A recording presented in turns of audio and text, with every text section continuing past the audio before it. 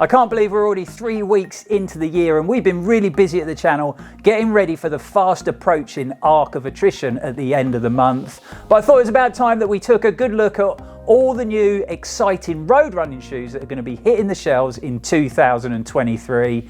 Looks like it's going to be another strong year for running shoe development, but this video does come with a slight warning because if you're not a fan of very soft, deeply cushioned, bouncy midsoles and go faster carbon fiber plates, then you might be a bit disappointed. But let's dive into the video and find out which road running shoes have caught our eye.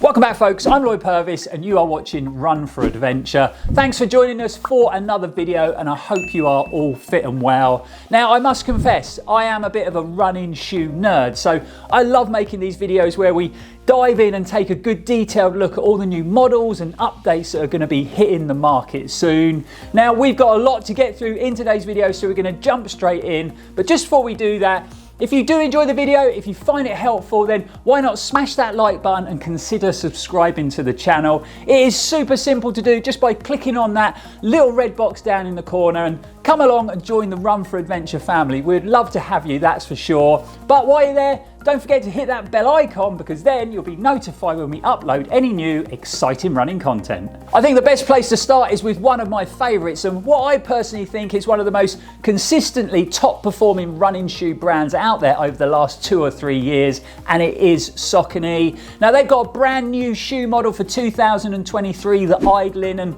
this is going to be our first carbon plated running shoe to feature on the list. But don't worry, we've got plenty more carbon fibre popping up as we go through the video. I say carbon plated, but Saucony actually call it a carbon cradle, and I'm not actually sure what that entails because there's not much information out at the moment about the construction. You can see it's got a very deep stack height of Power Run Plus or Power Run PB cushioning in that midsole, and you also get a very sort of aggressive rocketed geometry. Looks like it might have been designed to take on the sort of crazy New Balance Fuel Cell Super Comp trainer. Unfortunately, no price point, no release date at the moment, so we're just going to have to wait a little bit of time to find out some more info. Now there is also another new model due for release from the Saucony brand this year, and they've taken their very popular lightweight daily trainer, the Kinvara, and turned it into what quite frankly looks like a bit of a monster. So they've added a bonkers deep level of cushioning to that midsole where you get a 34mm stack height under your forefoot and a ridiculous 42mm stack height under your heel. That midsole is actually a dual compound construction, so you've got their standard Power Run on the bottom layer, and then the top layer is their performance-driven foam Power Run PB. And you guessed it, they've thrown in a carbon plate just for good measure.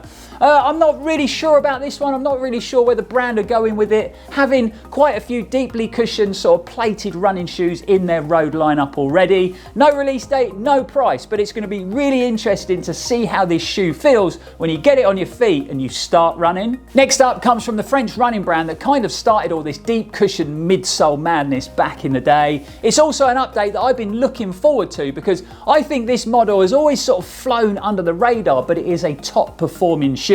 So it's Hoka's new Rocket X2. Now it looks like it's been down the gym pumping iron for the last couple of years because this shoe has gone through a thorough update. So it now comes with a much deeper full PB midsole, and you actually get a stack height of 40mm. So another crazily deeply cushioned shoe on the list. You've got a 5mm heel offset, and the shoe weighs in at a pretty light 226 grams in a men's UK 8.5. And again, we have a full length carbon fiber plate worked into the construction. It looks like Hoka are having a really big push at taking on that sort of high performance racer market, taking on the likes of Nike with their Vaporfly and Alphafly Next Percent, Asics with their Metaspeed Sky, and Adidas with their Adizero Adios Pro. The Rocket X2 is due for release very soon in March, so we haven't got to wait long, and it's going to retail for a pretty pricey $250, which I personally think is a bit of a shame because I thought the previous version, the Rocket X, was a great value carbon plated race shoe, coming in at only £155. So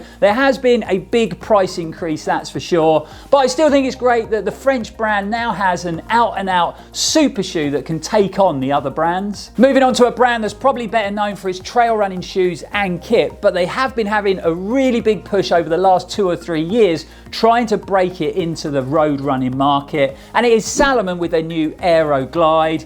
This shoe is going to form part of their new Aero range, and it's been designed to be that lightweight, deeply cushioned, versatile daily trainer. The midsole construction is going to utilize Salomon's energy foam, so very similar to what we had in the Glide Max, and that is no bad thing with me because I really enjoyed the feel, the balance and the level of cushioning that midsole gave me. It runs off a 10mm heel offset, so you get 37mm stack height on the heel and 27mm under your forefoot. Even though you've got that big helping of soft, bouncy cushioning, it weighs in at a reasonably light 264 grams in a men's UK 8.5. It looks like this is going to be another big step in the right direction when it comes to Salomon's road running lineup. It's going to release in February, so very soon, and it's going to retail for around about 150 euros. Now, I'm going to try and test and review as many shoes as I can from brands that haven't featured on the channel before this year, and one of those brands is definitely going to be Puma. I've been hearing some great things about their shoes, and it looks like they have a lot of new exciting developments heading our way this year. I also like the fact that they're keeping their price point a lot more realistic when you compare it against the crazy prices going on in the running shoe world. One shoe from the brand that's definitely caught my eye is their latest update to their Liberate Nitro, the Liberate Nitro 2. Now this has just gone through a subtle change to the upper and a few design changes to the midsole, but it does now run off a higher drop, so we've got an 8mm offset. So you get a 28mm stack height on the heel and 20mm under the forefoot.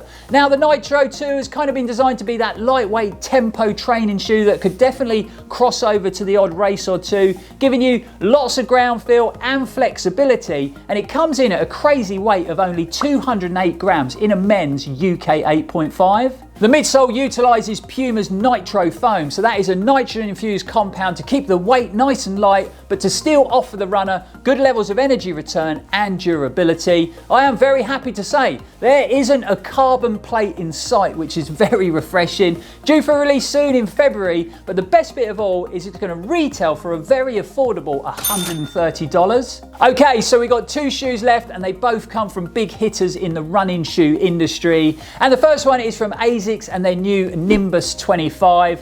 Now the Nimbus franchise has been around a long time, and I'm sure most of us have run in this neutral daily trainer at some point in our running journeys. However, this time round it has had a massive update, and it's pretty much a brand new shoe from the ground up. Along with a redesigned, lightweight, very breathable upper, we've also got a complete reworking of the midsole construction. Again, not a carbon plate in sight, because this shoe has been designed to be that sort of daily workhorse trainer in your shoe rotation that's going to soak up all those steady weekly miles. The Nimbus 25 now runs off an 8mm drop, so you get a 36mm stack height on the heel and 28mm under your forefoot. Weight-wise, it's going to come in at around about 305 grams in a men's UK 10, and another shoe that's going to drop any minute, so release in February this year. As far as the price point goes, it's not going to be the most affordable daily trainer, costing around about $200. Asics have gone for a midsole construction using their brilliantly soft and bouncy FF Blast Plus foam. They've also added a new pure gel insert into the heel, so this should offer the runner a very comfortable and plush feel underfoot. Looking forward to trying these out because I really enjoyed the feel of the Gel Cumulus 24 that we tested out the other year. Okay, last but definitely not least, and this is probably going to be one of the most hyped running shoes of 2023, and it is Nike's latest version of their marathon speed machine, the Vaporfly Next Percent 3. Now, as you can imagine, Nike are holding their cards very close to their chest with this one, so there's not actually a lot of information about the specs of the shoe at the moment. What we do know is that the shoe has gone through quite a big update this time round. So the upper's been tweaked, and we've now got Nike using a slightly softer engineered mesh fabric. We've got perforations all over that upper to increase airflow for optimum breathability. That midsole has gone through some pretty major changes as well. So we've now got a much squarer profile to the design, and we got some pretty substantial cutouts at the midfoot, just to save on a bit of weight, but also to offer a bit more stability to that platform. I've seen 2 different colorways so far, and they both look really good, but I have to say I'm a big fan of the white, black and red color option. Obviously, being a big fan of the Vaporfly Next Percent 2, this is definitely a shoe I want to try and test out. Unfortunately, it's never that easy when it comes to an update to one of Nike's Go Faster carbon plated shoes. So hopefully I'll be able to get in early and grab a pair. We haven't got a price point for them at the moment. I'm sure they're not going to be cheap, and I haven't got a release date. So definitely going to have to keep my eyes peeled for when they come out. So there you have it, folks. My picks when it comes to road running shoes to look out for this year. And I have to be honest, this video could have gone on for hours and hours and hours because it looks like there's lots of great shoes coming out in 2023. Obviously, we couldn't fit them all into this short video. So let us know the shoes that you're looking forward to this year. I've seen some very interesting offerings from Reebok, Mizuno and New Balance and many more brands. So get in the comments below and let us know. Speaking of new road running shoes, we've just been sent the latest deeply cushioned road offering from ATTRA. Haven't featured any ATTRA shoes on the channel for a while, so it's going to be really interesting to run them. And we've got hold of it in this quite unique men's colorway. That's the only way I can really describe it. And I have no idea how these color options make it through to production because it is quite frankly hideous, but going to be interesting to give them a run, and we'll be taking them out for that first impressions video very, very soon. We are super busy at the channel, getting ready for that big race at the end of the month, the Arc of Attrition, one of the toughest 100-mile races in the UK, and I'm going to be taking it on for the 5th time.